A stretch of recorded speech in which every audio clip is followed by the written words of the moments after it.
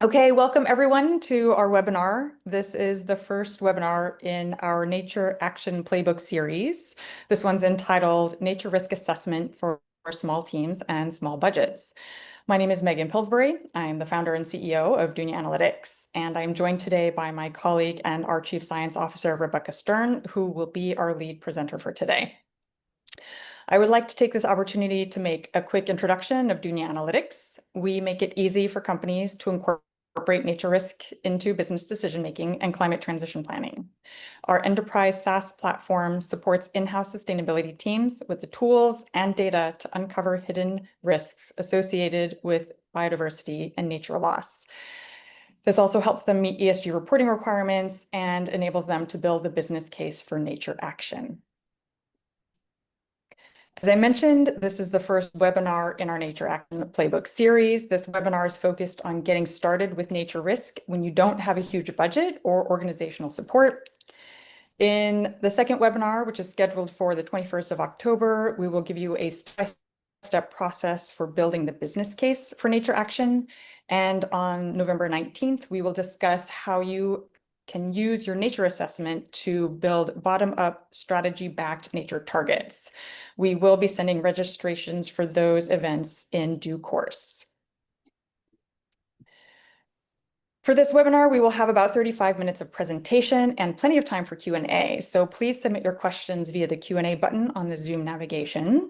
There's also a lot of excellent information packed into the slides that will be presented. So we will be sharing both the slides and the recording of this webinar after the session. My name is Megan Pillsbury. I'm the founder and CEO of Dunya Analytics. I have a background in high-tech sustainability and climate risk, and most recently I built the business development team for a climate risk analytics startup that was acquired by S&P Global. And your main presenter for today is Dr. Rebecca Stern, Chief Science Officer of Dunya Analytics. Rebecca is a forest ecologist with a decade of experience in nature and climate change research and application. She has deep expertise in quantifying corporate nature risk in line with global regulations and frameworks such as the CSRD, the TNFD, and science-based targets for nature. Rebecca has worked with companies across numerous industries to assess nature risk throughout their value chain. Here at Dunya Analytics, her mission is to ensure the scientific integrity of our platform and its alignment with established methodologies and to maintain the transparency of its methods in an easily understandable way. Rebecca holds a master's degree in science education and a PhD in natural resources. So with that, I pass the mic to Rebecca. Great. Thanks so much, Megan. And thanks everyone for joining today and anyone who's watching the recording later on. So here's our agenda for today. First, we're going to give an overview of what is nature risk. And then we will dig into our 4 insights, which are starting with direct operations, screening all your sites using global and industry level data sets, taking steps that you can build on, and then considering the many ways that nature adds value to the business. And then at the end, we will have time for Q&A and discussion. Again, as Megan mentioned, please feel free to put questions in the Q&A at any point in the webinar. And I'm also going to pause about halfway through just to see if we have any questions yet that we could discuss. So let's get started. So what is nature risk? Nature risk refers to the potential threats that the loss, degradation, and disruption of natural ecosystems pose to a corporation's operations, finances, and overall resilience. These risks arise from a company's dependence on natural systems for resources and functions and its impact on these same systems. Risks are categorized into 3 categories: physical, transition, and systemic, and impact a wide range of sectors, as over half of global GDP is moderately or highly directly dependent on nature. Physical risks lead to direct harm to the company due to its dependence on nature. If a manufacturing company depends on water for its factory's processes and the factory is located in an area of water scarcity, then that represents a physical risk. Transition risks stem from different kinds of changes that emerge in the transition to a more sustainable economy. An example of this is the implementation of new laws or regulation for the sustainable use of land, such as the EU Nature Restoration Law of 2024, which establishes binding targets to halt and reverse the degradation of ecosystems across Europe. Key goals include restoring 30% of degraded freshwater, terrestrial, and coastal habitats by 2030. So for corporates, this may restrict certain land uses and increase compliance costs, particularly for the agriculture and land management sectors. The third type, systemic risks, can be a little hard to conceptualize in relation to an individual company. They occur from the breakdown of the entire system rather than the failure of its individual parts. This can occur from a cascade of events, modest tipping points that combine indirectly to produce large failures, or wherein there's one event that leads sort of like a domino effect. One example of this is in the ocean ecosystem. Ocean acidification is happening as a result of increased carbon dioxide absorption by oceans. This threatens marine life, particularly by making it harder for animals like shellfish to maintain their shells and skeletons. This then interacts with other stressors in the ocean, such as warming and pollution, which stresses marine wildlife, and overfishing, which can disrupt the food chain. The combination of all of these effects can lead to the collapse of marine ecosystems, causing, among other issues, massive disruption to global food supply chains. There are many resources available to dig deeper into understanding the different types of nature risk, and we've linked some of them at the bottom here. And when we send out the slides, those links can take you to additional information. So given these risks, how are you empowering your organization through nature risk assessment? The core purpose of nature risk assessment is to understand how your company's operations, supply chains, and business model interact with natural systems like forests, watersheds, and species. This creates visibility into previously hidden risks that could significantly impact your business continuity, financial performance, and competitive position. So first is risk identification and mitigation. The assessment reveals where your business is vulnerable to nature-related disruptions, such as supply chain interruptions from deforestation, water scarcity affecting manufacturing, or ecosystem degradation that impacts raw material availability. When you map these dependencies, you can develop targeted strategies to reduce exposure. Oh, sorry. Next is financial protection. Nature-related risks increasingly translate into financial risks through regulatory fines, stranded assets, increased insurance costs, or loss of revenue streams. The assessment helps quantify potential financial impacts and guides investment in protective measures. Then there's preparing for regulatory compliance and reporting. With frameworks like the Task Force on Nature-Related Financial Disclosures, the TNFD, and emerging regulations that require nature-related disclosures, such as the CSRD, the assessment provides the foundation for meeting compliance obligations and transparent stakeholder reporting. Then there's strategic decision-making. Understanding nature risks enables better informed decisions about facility locations, supplier selection, product development, and market expansion. It can also reveal opportunities for innovation and competitive advantage through nature-positive business models. And then there's stakeholder confidence. Investors, customers, and partners increasingly are expecting companies to demonstrate environmental stewardship. A thorough nature risk assessment shows proactive management and can enhance access to capital, strengthen customer loyalty, and attract top talent. The assessment ultimately transforms environmental considerations from an external concern into an integrated component of business strategy, helping ensure long-term resilience and sustainable growth in a world that's increasingly resource constrained.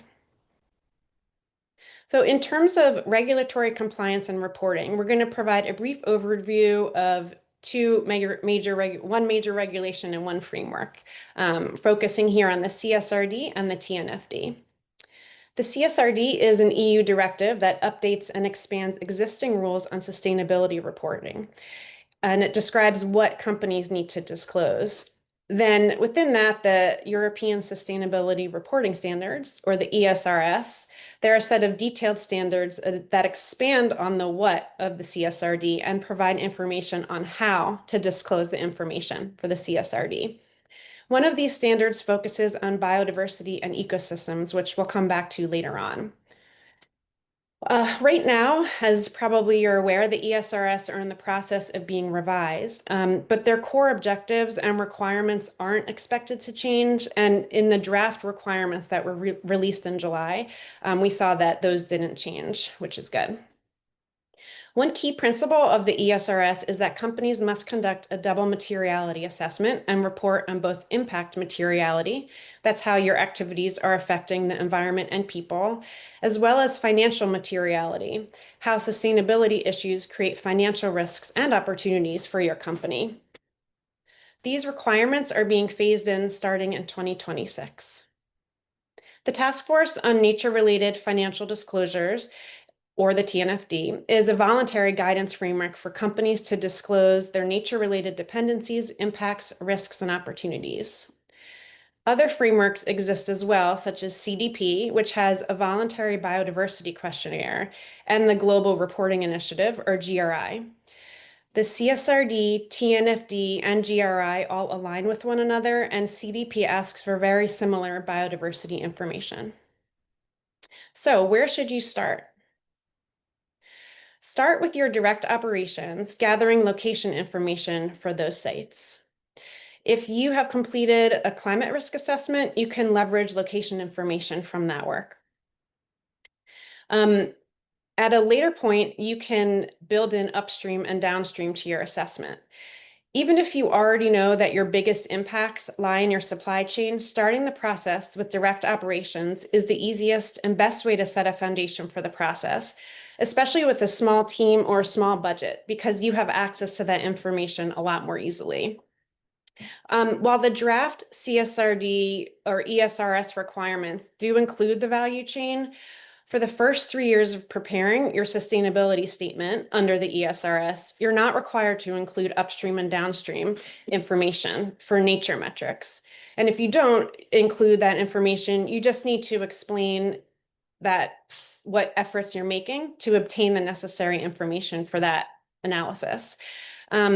These, as I've mentioned, these are currently draft requirements, but it's unlikely that this part will become more stringent because the revisions are being made primarily to make the process less onerous for corporations.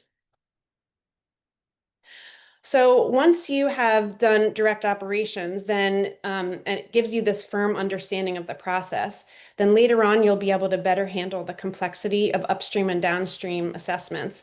Hopefully when you've made the business case and hopefully have additional resources. So once you have your locations, your goal is to identify priority locations.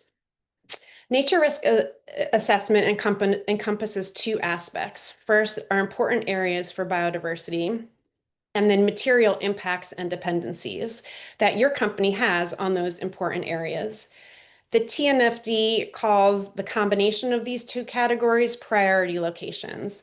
And here in this diagram, just to orient you a bit, in purple are the important areas for biodiversity called sensitive locations in the TNFD, or biodiversity sensitive locations in the CSRD. And then the material locations are in green, and their overlap represents the combination of the two, of course, which are the priority locations. And these priority locations point to where are likely your biggest risks. The TNFD and CSRD both define what are considered sensitive locations. While they cover similar categories, the CSRD defines specific data sets to be used, while the TNFD provides categories but doesn't prescribe which specific data sets must be used. There are a number of categories recommended by the TNFD. In the TNFD, identifying these locations is the first step in the LEAP approach: locate, evaluate, assess, and prepare. A site that's located near one or more of these areas is considered to be sensitive. These include biodiversity importance, which encompasses protected areas, areas of scientific importance, and then areas that are important for species or ecosystems. Ecosystem integrity, which includes both high integrity locations and areas of rapid decline. Ecosystem service importance. These are areas where people, particularly indigenous peoples and local communities, depend on ecosystem services from nature, such as clean air or pollination. And then water risk. which includes water-stressed areas. Note that this is guidance from the TNFD. It's not a requirement, but you want to be as comprehensive as possible in order to be considered fully aligned with the TNFD. And I wanted to note that for ecosystem service importance, our platform at Dunya Analytics is the only one that integrates communities as a core feature. I wanted to shine a spotlight on one of the data sets that's in our platform, the landmark data set of Indigenous and community lands, which is a global data set that maps out where these lands are, and so that they can point to where if your company is in proximity to these lands may represent greater risk. In the CSRD, the double materiality assessment requires companies to disclose biodiversity sensitive areas, whether companies are having an impact or potential impact on communities, including Indigenous peoples and local communities, and whether their sites are located in areas of water risk. So as you can see, this maps to the TNFD's definition of sensitive location. The CSRD defines biodiversity sensitive areas with specific data sets that are listed here. Some of these are freely available and some are required to be purchased. And these data sets, as you can see, they all fall into the TNFD category of biodiversity importance. So now that we have an understanding of the data sets we're using to locate important areas for nature and biodiversity, what's the best approach to take? Our second insight is to screen all of your sites using data sets that have global coverage. This allows you to assess everything at once, saving time and resources. With limited resources, a small team, or limited buy-in from leadership, you might be tempted to conduct the assessment on only a subset of sites. However, remember that this is a location-based assessment, so until you conduct it, you won't know where your greatest risks lie. In fact, our customers always find surprises in their analysis results. Screening everything at once and using a consistent approach makes it easier to prioritize risks across locations and risk types. Doing piecemeal assessments may uncover some risk factors, but it can't address which risks are the most critical. Without visibility into which risks are most important across your entire business, you may invest precious resources in what you can see, and you may miss another area of even greater risk. For example, in the past, when companies have set water reduction targets, they've often selected a top-down target, such as saying, we're going to reduce water use by 25%, and then they focus on their most water use intensive locations first. However, the greatest water use intensive sites might not actually be the highest risk because that risk also depends on the ecosystem risk factor. You need to look at where is water increasingly scarce and where is the business competing with communities or ecosystems for that water use. These should be the priority sites, and then you can set water targets based on a bottom-up plan. Our platform at Dunya Analytics enables you to immediately screen all of your sites in a matter of seconds, even if you have thousands of sites. So it's not even necessary to focus on only a subset of sites. You can try this out for free by signing up on our website. In the locate section of our platform, you can easily see which of your business locations are in sensitive areas, and you can also see the underlying data that drive those results. Customers really value the transparency of our platform.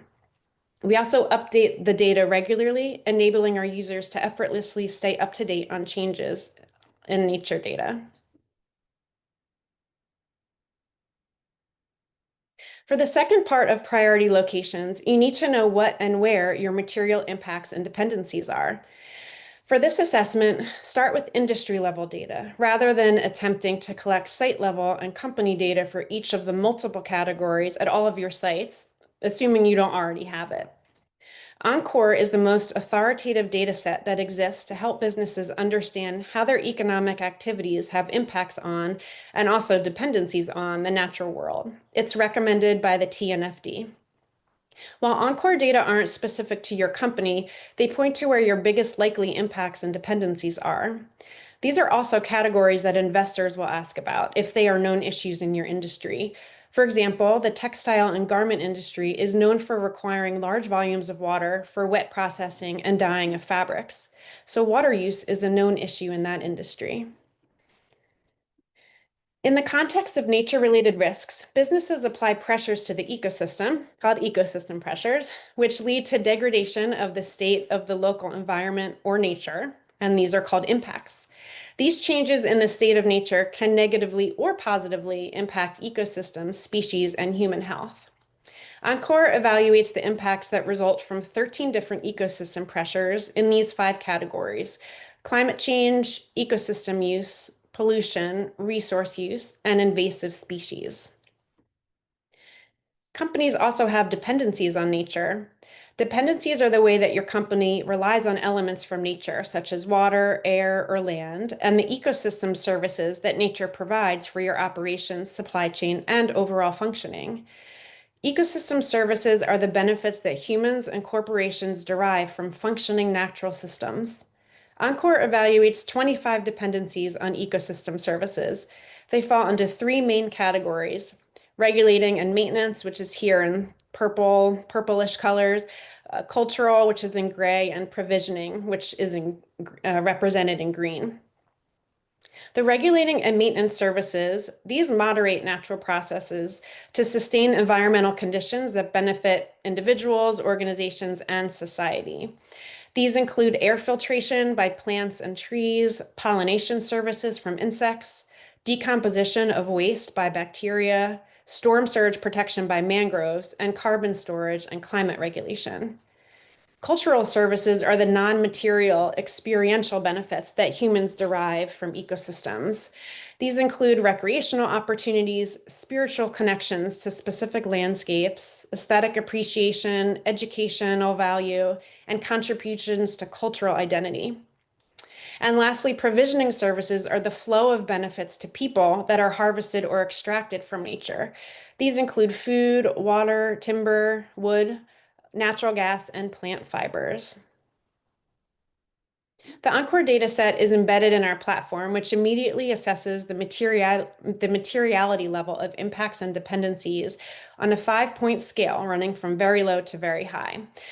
For example, the example here, the ISA class for the manufacture of pharmaceuticals has a very high dependency on water purification, education, scientific and research services, and then has a high dependency on water flow regulation, genetic material, and water supply. And then it has medium level materiality for several other ecosystem pressures. Note that for some industries, an ecosystem service category may not be applicable or there are no data, as you can see here. No data means that there's not sufficient research to attribute a materiality score. It doesn't imply no impact or dependency, just a current lack of data. Our platform also allows you to calibrate results. If, for example, the results indicate that your dependency on water supply is high, as we saw in the previous slide, but you've implemented water-saving technologies at this location, then perhaps you would consider this a medium risk instead. So you can toggle this to medium and include an explanation. And this allows auditors to understand any changes that were made. Our customers really like this capability. Before I go on, I'm going to pause here and Megan, see if there are any questions to discuss yet from the Q&A. Nope, no questions yet. So I do encourage everyone to use the Q&A button at the bottom to submit any questions that you have, and we can cover them as we get to the conclusion of the presentation. Thanks, Okay, Rebecca. great. Thank you. I will keep going then. Our third insight is to take steps that you can build on, rather than completing work that will have to be redone later on. This can be done by using data sets and a method that aligns with the frameworks and regulation, is transparent, and is auditable. CSRD requires that the results of the double materiality assessment and location assessment are auditable. Using global data sets to screen your sites enables you to prioritize where the biggest likely issues are. This then enables you to look corporate-wide at all of your locations. This means you don't run the risk of missing where the greatest risks are if you're only focusing on one part of the business. Then in terms of thinking about risk versus no risk, it's not a definite green, you're in the clear versus red, this is your major risk. It's more of a continuum from low risk to high risk. The environment and the data are both always changing, so you really can't do a one-time assessment, but it needs to be ongoing. So the best way to do these steps is to conduct a dynamic assessment where you have the ability to easily update your analysis as you gather company-specific data over the coming years or add or modify sites.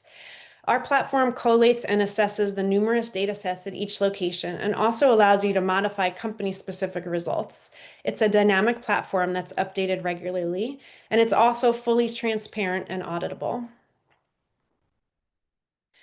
And our fourth insight is to conduct your assessment with the lens of adding value to the business, in addition to meeting the framework requirements. Nature risk assessment brings value in numerous ways. Framing your nature work from this lens to make the business case for nature is helpful to do from the start. First is cost savings.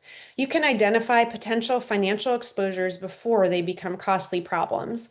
A beverage company that uses a large volume of water might invest in water efficiency measures that end up reducing both operational costs and future regulatory expenses.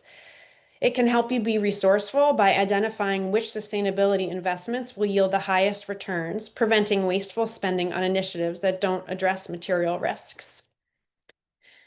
Then there's risk reduction for proactive management. A nature risk assessment can provide an early warning system for operational, financial, and reputational risks. It can identify vulnerabilities in your supply chain and prepare you for emerging regulations. Then there's community engagement.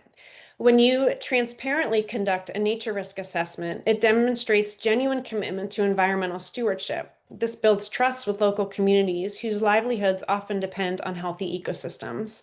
Also, when it comes to local operations, having a positive relationship with local government is huge. It increases the ease of doing business and access to government resources.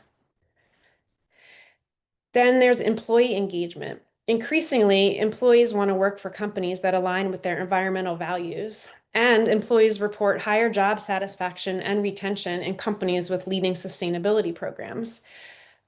And there's also the opportunity for employees to innovate on a topic that inspires them. Last year, when we were attending New York City Climate Week, we heard a story from Apple where they described how they tasked their engineers and designers to build the same product, but with significantly less environmental impact, which was going to be a huge challenge. And they found actually their employees were excited and inspired to build this product and went off and they successfully accomplished it. And then there's the identification, of course, of nature opportunities, which there are many. It may improve profitability through identifying areas for operational efficiencies that ties back to the cost savings. It can uncover ideas for sustainable product innovations or nature positive aligned products. And in companies struggling to innovate, by bringing this as a material challenge, they can galvanize employees and get the best of their energy and enthusiasm, like I mentioned in that Apple case. It may enable access to green financing, and also you can partner with conservation organizations. We are going to go into greater depth on this topic in the next webinar in our series in October, which is Build the Business Case for Nature Action Step by Step.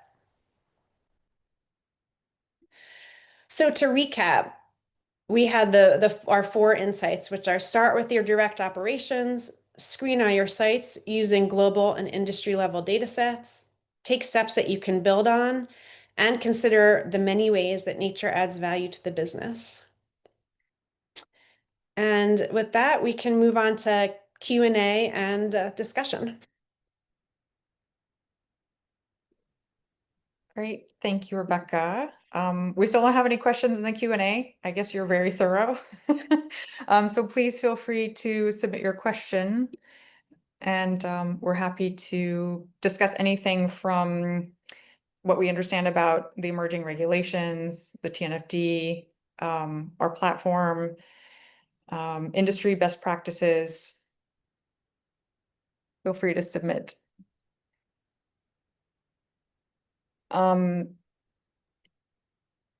Maybe I can start off with a question. Rebecca, like for companies, again, with not a lot of resources, how are we seeing among our customer base? I know the answer to this, but can ask it anyway.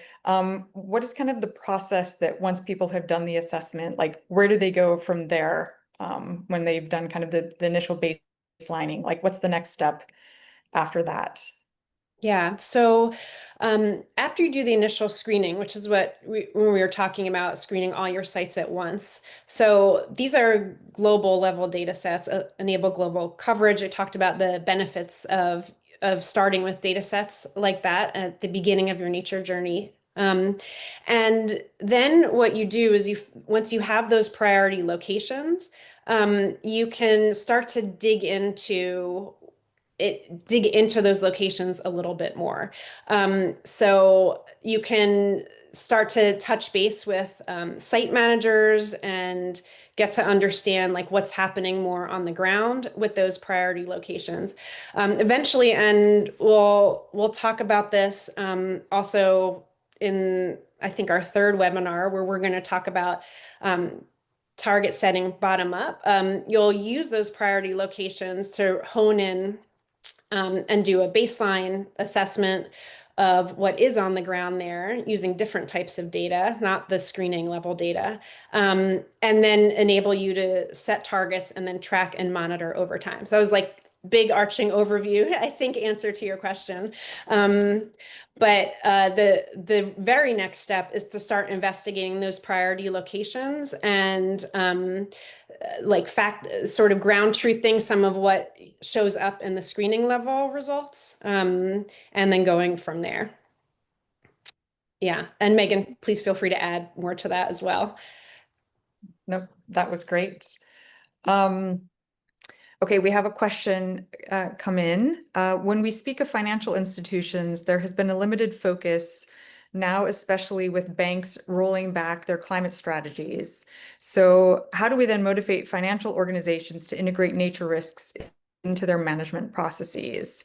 Some of the EU Horizon projects tried to do this, but there's still limited use. Also, if there's any specific use case you know and can share, it would be very helpful. Thank you and great presentation. So happy for you to take a stab, Rebecca. I'm also happy to jump in on the Yeah, finance why don't side. you, yeah, go for it. Um, so so corporates have kind of an obligation around transparency, and financial institutions, I also would like to see be a little bit more proactive with nature because we need the finance to drive the action, right? So companies bring the transparency, and then finance can kind of implement certain policies and lending decisions and things like that that incentivize companies to become more green and evolve. Like we saw the similar thing in climate. When you look at kind of the breakdown of financial services, there's asset management, and they have a specific use case of wanting to compare across a portfolio of companies looking at nature. And then you have a bunch of other like corporate lending and bonds and other kinds of applications. The latter side is, I think, a more straightforward use case. Our platform can serve that use case because they can get the location information. When you're looking at asset managers, trying to do portfolio comparisons, what they miss is the underlying data. And so instead you get kind of these high level approximations of companies, but it's not very accurate. And there are some organizations that are trying to like build those data sets with getting the asset data and doing the analysis, but those databases aren't accurate enough, and do investors want to make decisions on approximations? Like they don't do that for financials, right? You ask a company to do the reporting. So the financials actually have a really big role to play to turn around to companies and say, please do this disclosures. And even just them asking those questions can help push this along. So now this comes back to the question of, so how do we get the financial institutions motivated? I think there's a couple of different approaches. Obviously, regulation would be a big driver. So hopefully as the omnibus comes into force, then banks are subsequently motivated and companies are subsequently motivated to move faster on this. I think we're kind of going through a cycle where there are headwinds on ESG. What we hear from like financial services and companies, especially like companies are slowing down because it's giving them breathing room. We don't really know anyone who's stopping or saying like, this isn't a thing anymore, like it's going to go away. Or the people that do say that are people who are trying to resist doing it at all. But the companies who've done climate and have gotten value out of doing a climate risk analysis, they're now turning to nature and saying, what's the strategic approach we should take here? So, coming down to what we can do to motivate them, hopefully like the trend reverses again. I think it will. I think it probably will in the next year or two as the CSRD, comes into full force. And then the other big motivator is like social expectations, right? If society is demanding this from banks as well, through their own investments, through retirement investments and things like that, it can be a lever. But again, then you have to get the whole world motivated to say something, which is also a big hill to climb. So there's no easy wins here. But I think, the people that attending this are, have a key role that you can play, you can champion inside your organization. I think our our next session on building the business case is very much about like how you identify what are the existing priorities in the organization and then how you align the nature strategy to those things that people care about. Because then you can kind of bring a risk lens into something that is already important to the organization. And it's the same in financial services. So lean into where the organization is focusing and try to bring the risk picture into that, I guess would be a suggestion there. Rebecca, any additional comments on that? No, I don't think so. All right. We've got another question here. Thanks for sharing. Technical question about the TNFD reporting metrics. Do the metrics recommended by TNFD, core and additional, typically match the high or medium impact categories from Encore? In other words, for all the low categories, these metrics are not recommended by TNFD. Asking in case the Encore global average data don't match the specific site, then we may need metrics that are not in the recommendations. And a more general question, can you share a bit about the omnibus revision expected timeline? If only. Yeah. Well, the last that I've heard is by the end of the year. They have a consultation, like open feedback consultation through September 29th, or that closes on September 29th. And then as far as I know, from what I've heard, then they're supposed to take those into account and then have the final recommendations by the end of the year, which seems like a short timeline, but these draft revisions actually surprised me in how quickly they came out. So it's possible that it could happen by the end of the year. And then for the first question, so it was about, I may need to look at it again. Yeah, you might want to take a look. It's about Encore data and site specific, if Encore doesn't match site specific, and then you get like low and medium, how do those appear in the TNFD reporting requirements? If Encore is low or medium, and they're in the Yeah, so requirements, yeah. Mhm. yeah, I think what this is asking is, or let me answer it this way through the process. The first step is to use the Encore data as like a screening, but it's to enable you to kind of help prioritize to say, let me back up. The Encore data is referenced. So if you use it as like a first step that will help you screen, one, it can Oh, yeah. uncover how you should prioritize sites. And then you need to systematically work through your sites to get the actual uh,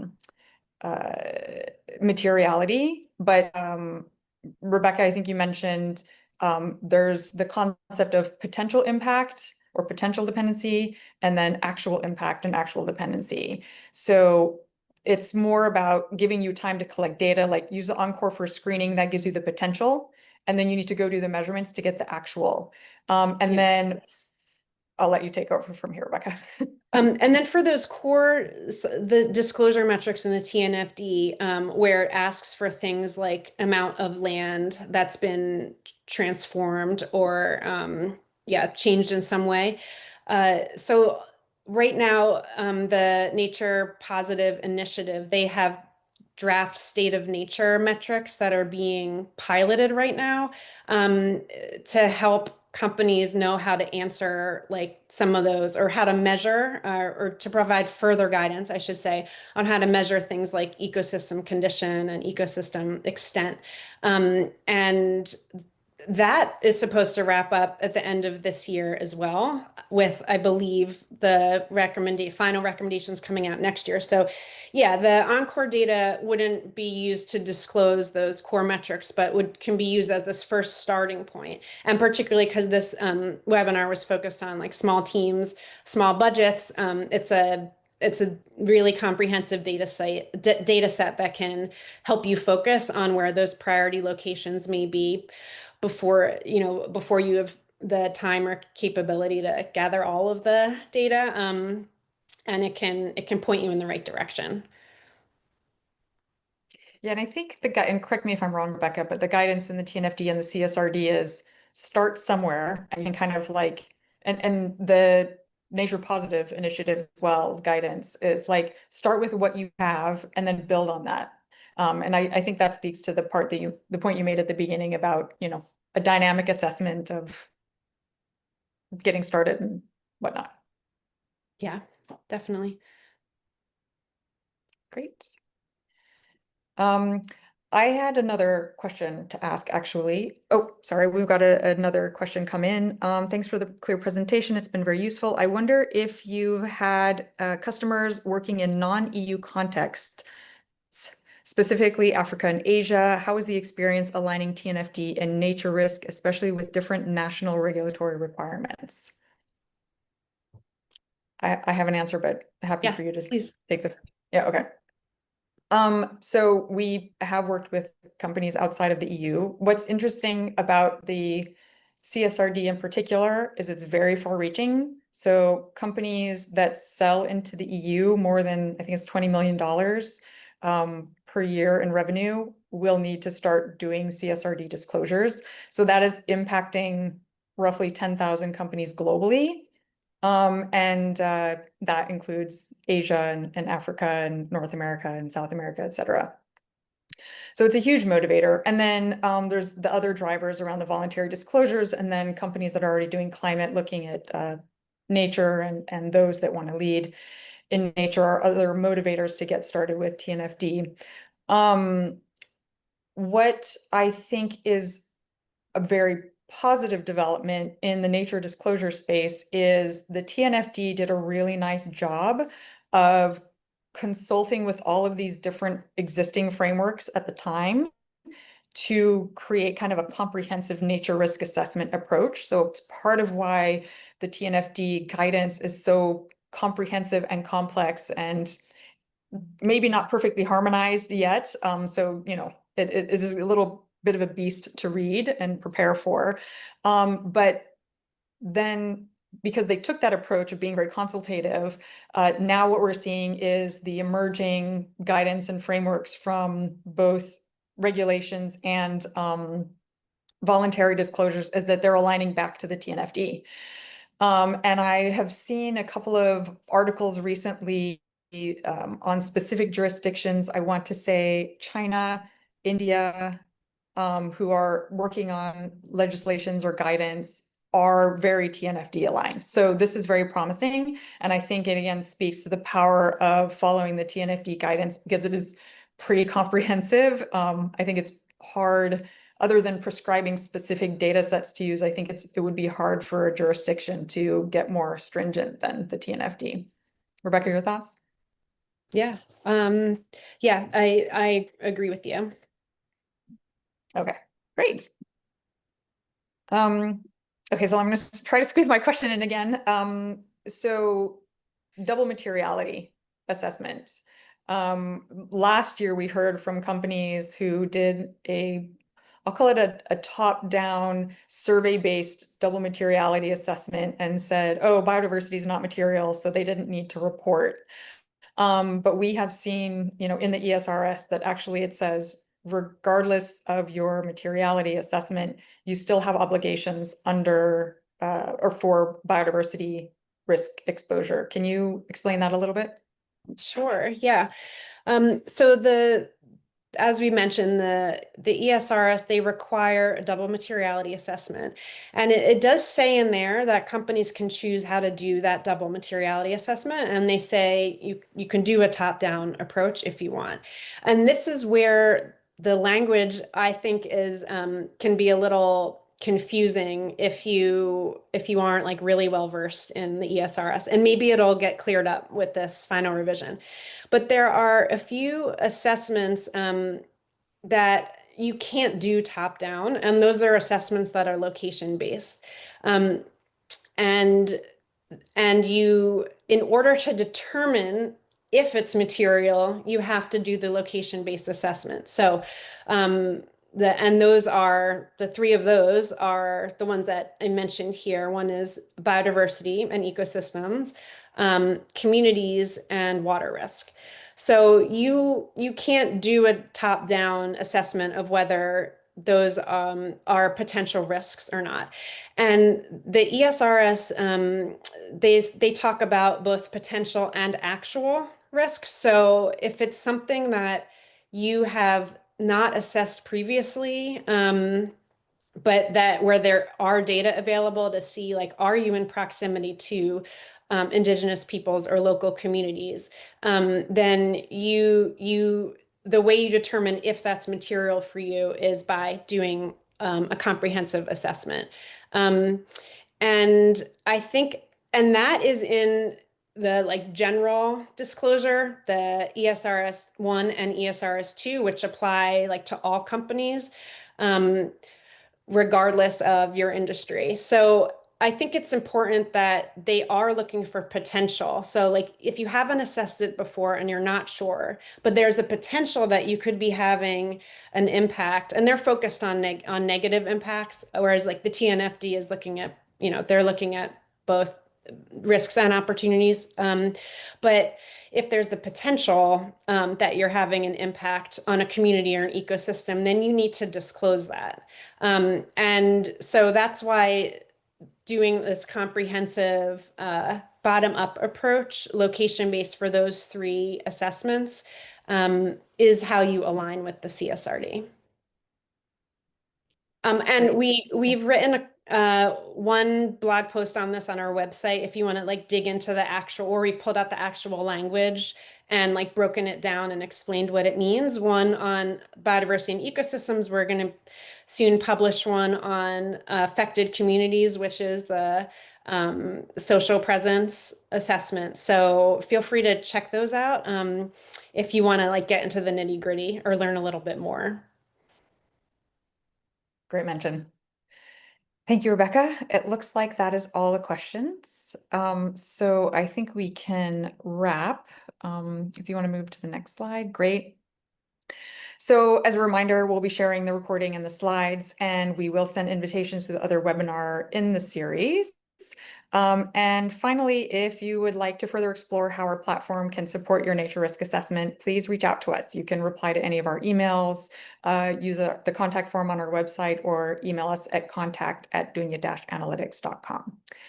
We hope this webinar has been valuable. Thank you for your time and your questions, and thank you again, Rebecca, for your excellent presentation. That concludes our webinar. Everybody have a wonderful day.